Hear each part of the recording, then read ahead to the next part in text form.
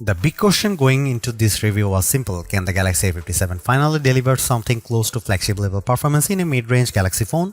That was the same question people had with the Galaxy A56, which was already Samsung's most polished mid-range phone at the time. So, does the Galaxy A57 answer that questions with a yes, a no, or something in between? And just as important, are the rest of the phone's features strong enough to justify the highest price Samsung has ever asked for one of its main mid-range models? Let's find out. The first thing you notice when you hold the Galaxy A57 is how light it feels. Samsung has somehow managed to cut almost 20 grams compared with the Galaxy A56, making this the lightest model in the A series lineup since the Galaxy A52, A53, A54 and A56 all came in between 189 and 200 grams, while the Galaxy A55 was a much heavier 213 grams, the A57 just 179 grams. Samsung also made the phone thinner. The A56 was already 0.8mm thinner than the A55, and now the A57 trims of another 0.5mm. Slimming down its phones has clearly been one of Samsung's main design goals over the past couple of years, and to its credit, the company keeps doing it well. That lighter, thinner body makes the A57 a pleasure to use. It feels easy in the hand and still has that premium feel thanks to the glass and metal build. But there is one design choice that really hurts the look: the Samsung rings on the back. As one of my colleagues pointed out, they look like they were taken straight from a much cheaper phone. They just do not fit on a device that starts over €500. The A56 handled this better, with the camera rings sitting more neatly inside the camera island. Samsung really should have kept that approach instead of moving to something that looks like a downgrade. The rest of the rear design is still very nice, helped by the reflective Gorilla Glass Victus Plus finish. Still, most people will use a case, so the camera ring issue may not matter much day to day. What matters more is durability, and here the A57 makes a real improvement. It now comes with IP68 water and dust resistance. That is better than IP67, meaning the phone can survive up to 1.5 meters of water for 30 minutes instead of just 1 meter. On the display side, the Galaxy A57 does not bring a major upgrade over the Galaxy A56, but that is not really a bad thing because the screen was already good. You get a bright, colorful AMOLED panel with a 120Hz refresh rate, and it is pleasant for everything from watching videos to scrolling through apps and browsing the web. It is the kind of screen that works well in normal use without drawing attention to itself, which is often a sign of a good display. The good news is that Samsung has finally reduced the ugly bezels that have bothered this series for a while. They are slimmer on all sides now, and while the bottom chin is still the thickest part, it is still a welcome improvement. This makes the phone look more modern and far more refined than before. The stereo speakers also carry over from the Galaxy A56. They sound decent for a mid-range device, but they are not especially loud, and the bass is still a little weak. Good enough for casual use, but not the best if you listen to a lot of music or watch a lot of content without headphones. The Galaxy A57 uses the same rear camera setup as the A56. That means a 50MP main camera, a 12MP ultra-wide camera, and a 5MP macro camera. Because the hardware is unchanged, the results are mostly the same too. In daylight, the A57 takes excellent photos with strong dynamic range and accurate colors. It does a very good job of keeping the scene balanced without making the image look fake or overly processed. Low light performance is also solid, especially when night mode kicks in automatically. The phone handles darker scenes well enough for a mid-range model, and the main camera is still the strongest part of the setup. The ultra-wide camera continues to be usable in bright conditions, but image quality drops once the light gets worse. That is still pretty normal in this segment, but it would have been nice to see a little more consistency. The macro camera is still the weakest part of the camera system. It is fun to try once or twice, but for most people it will just sit there unused.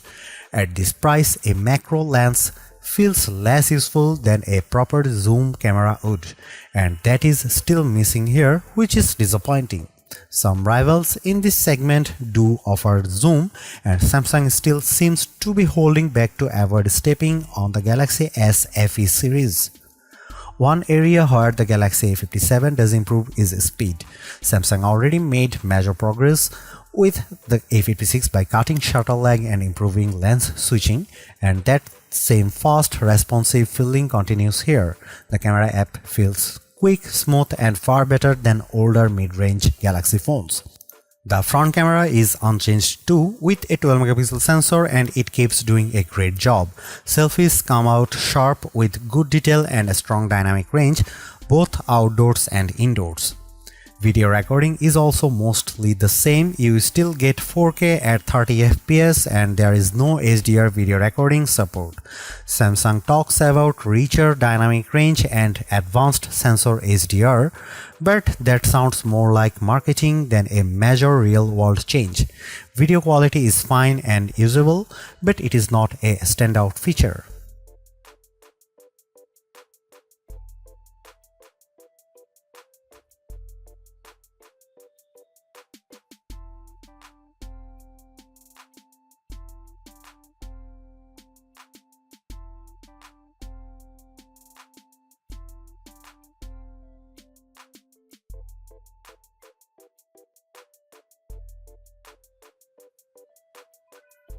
With the Galaxy A56, Samsung made a real leap toward making a mid-range Galaxy phone feel smooth in everyday use.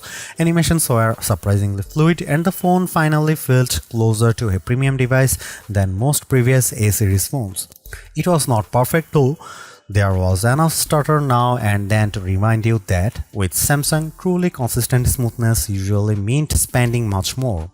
The Galaxy A57 takes another step forward, whether that is because of Exynos 1680, better software tuning, or both. Samsung has clearly pushed performance even closer to its flagship phones. Is the lag completely gone? Not quite. If you swipe down from the right side to open Quick Panel directly, you may still notice a small delay in the animation. And if navigation is running in the background, the phone can occasionally take a moment to respond. Those moments are still here.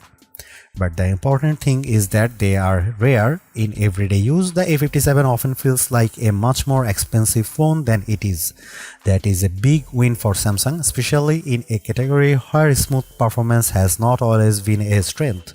Gaming is also solid. Samsung says the Exynos 1680 delivers up to 15% better GPU performance than the A56's chip, but in real life the difference is not dramatic. This is still a mid-range phone, so it is not going to match a Galaxy S25 or S26 in the heaviest games at the highest settings. Those phones can push much higher frame rates, while the A57 will often sit just under 60 FPS in tougher titles. Still, if you use default graphics settings, the A57 handles popular games like Call of Duty and Asphalt Legends very well.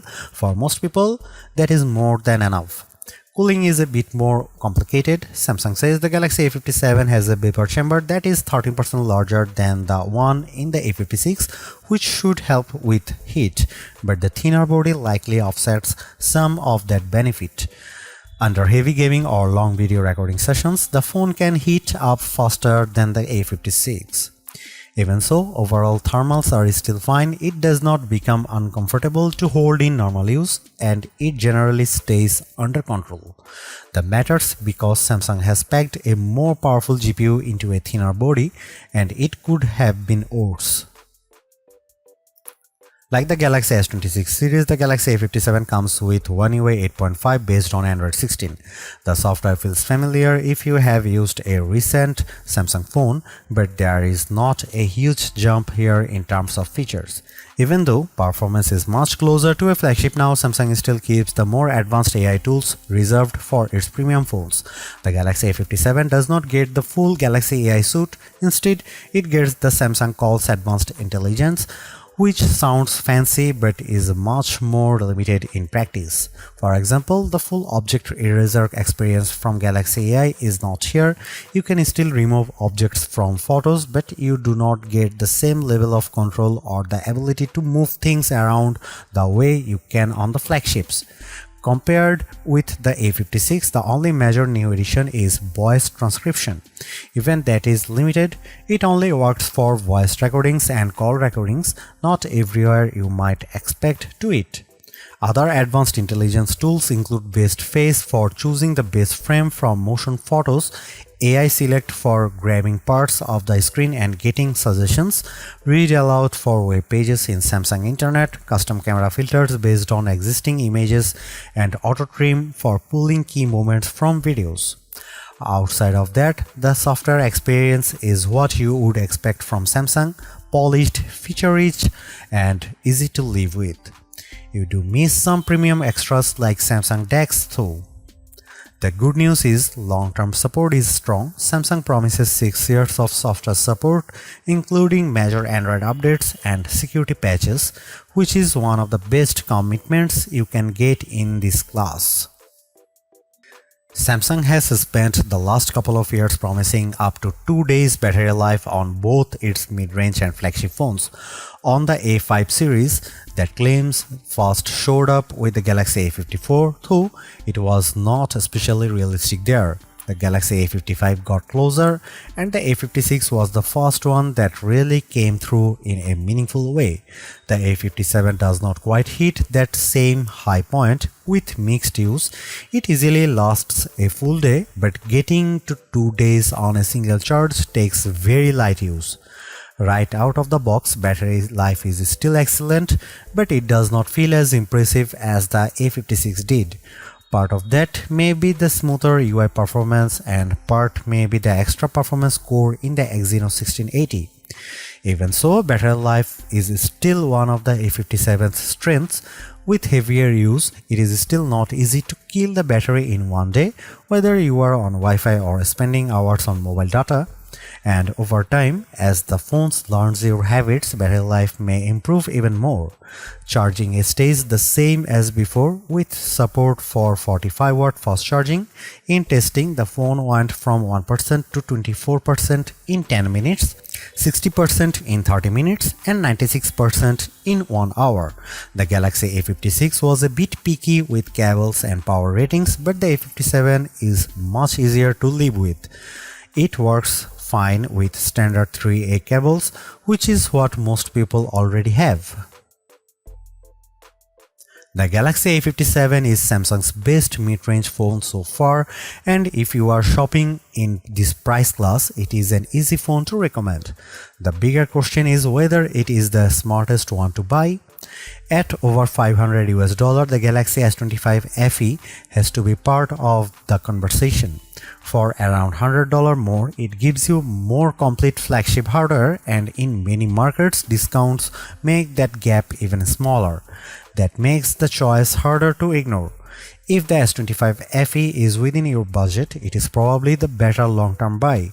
But if you want to stay in the mid-range space, or you are willing to wait for the Galaxy A57 to drop in price, this is the strongest answer Samsung has ever made for this category.